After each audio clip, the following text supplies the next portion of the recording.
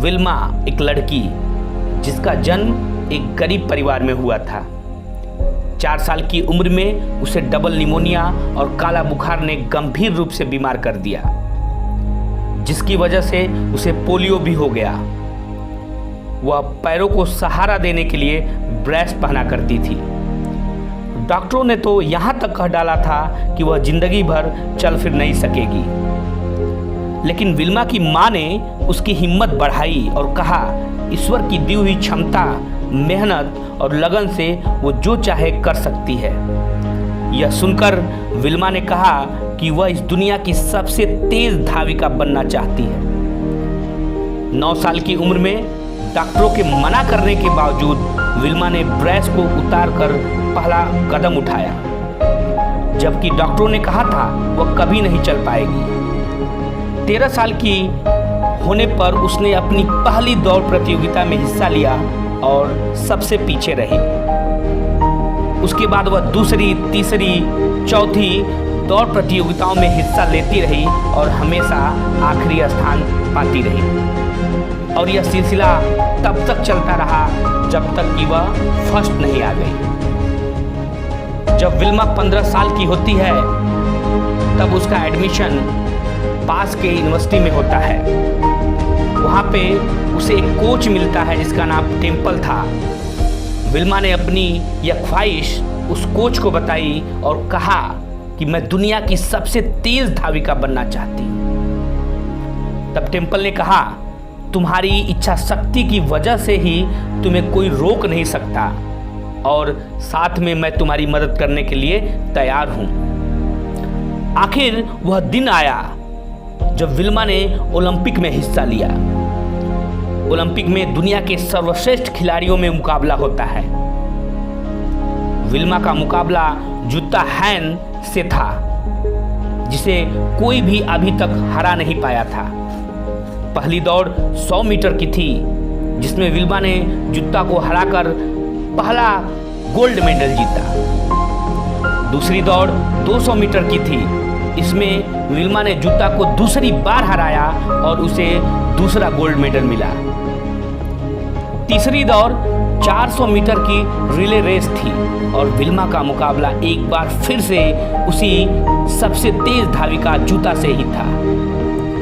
Relay में race का आखिरी हिस्सा टीम का सबसे तेज एथलीट दौड़ता है, इसलिए विल्मा और जूता दोनों को अपनी अपनी टीम के लिए आखिरी हिस्से में दौड़ना था। विल्मा की टीम के 3 लोग रिले रेस के शुरुआती हिस्से में दौड़े और आसानी से बेटन अदला बदला किया। जब विल्मा के दौड़ने की बारी आई, उसके हाथ से बेटन ही छूट गई, लेकिन विल्मा ने देखा कि दूसरे छोर पे जूता हैन तेजी से दौड़ी चली आ रही है। विल्मा ने गिरी हुई बेटन उठाई और मशीन की तरह तेजी से दौड़ी और जूता हैन को तीसरी बार भी हराया और अपना तीसरा गोल्ड मेडल अपने नाम किया।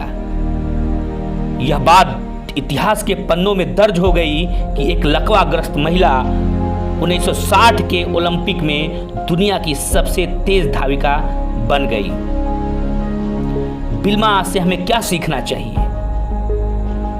विल्मा से हमें यह शिक्षा मिलती है कि कामयाब लोग कठिनाइयों के बावजूद सफलता हासिल करते हैं, न कि तब जब कठिनाइयां होती ही नहीं है। हर एक कठिनाई एक जज्बे को पैदा करती है, एक उम्मीद को पैदा करती है, एक हौसले को पैदा करती है। हम जब भी किसी ऐसे व्यक्ति और शख्सियत, ऐसी पर्सनालिटी की कहानी पढ़ते हैं या सुनते हैं जिसने अपनी कमियों को ही खूबियों में बदल दिया, तब हमारे दिलों में एक उमंग, एक तरंग पैदा होती है और हम भी अपने इच्छा शक्ति को मजबूत करने के सोच पे अमल करना शुरू कर देते हैं। तो फ्रेंड्स, आप भी अपनी इच्छा शक्ति को इतना मजबूत कर लीजिए कि कोई भी समस्या, वो भले ही हिमालय जैसी ही समस्या क्यों ना हो, वो आपसे लड़ करके चकनाचूर हो जाए और आप अपने जीवन के लक्ष्यों को अपने मुट्ठी में, अपने कदमों के नीचे ला सके। और अपना नाम रोशन कर सके, अपनी जिंदगी आप पूरी तरह से जी पाएं। इच्छा शक्ति ही वह मनोदशा है जिसकी वजह से दुनिया के जितने भी सफल लोग हैं उन्होंने सफलता पाई, केवल और केवल अपनी इच्छा शक्ति के बल पे। मैं उम्मीद करता हूं कि हर एक व्यक्ति जो इस वीडियो को, इस ऑडियो को सुना होगा, वीडियो के माध्यम से सुना होगा, वो अपनी एक इच्छा शक्ति बनाएगा, अपना एक लक्ष्य बनाएगा और उस लक्ष्य के लिए निरंतर कार्य करता रहेगा। वीडियो अगर अच्छा लगा हो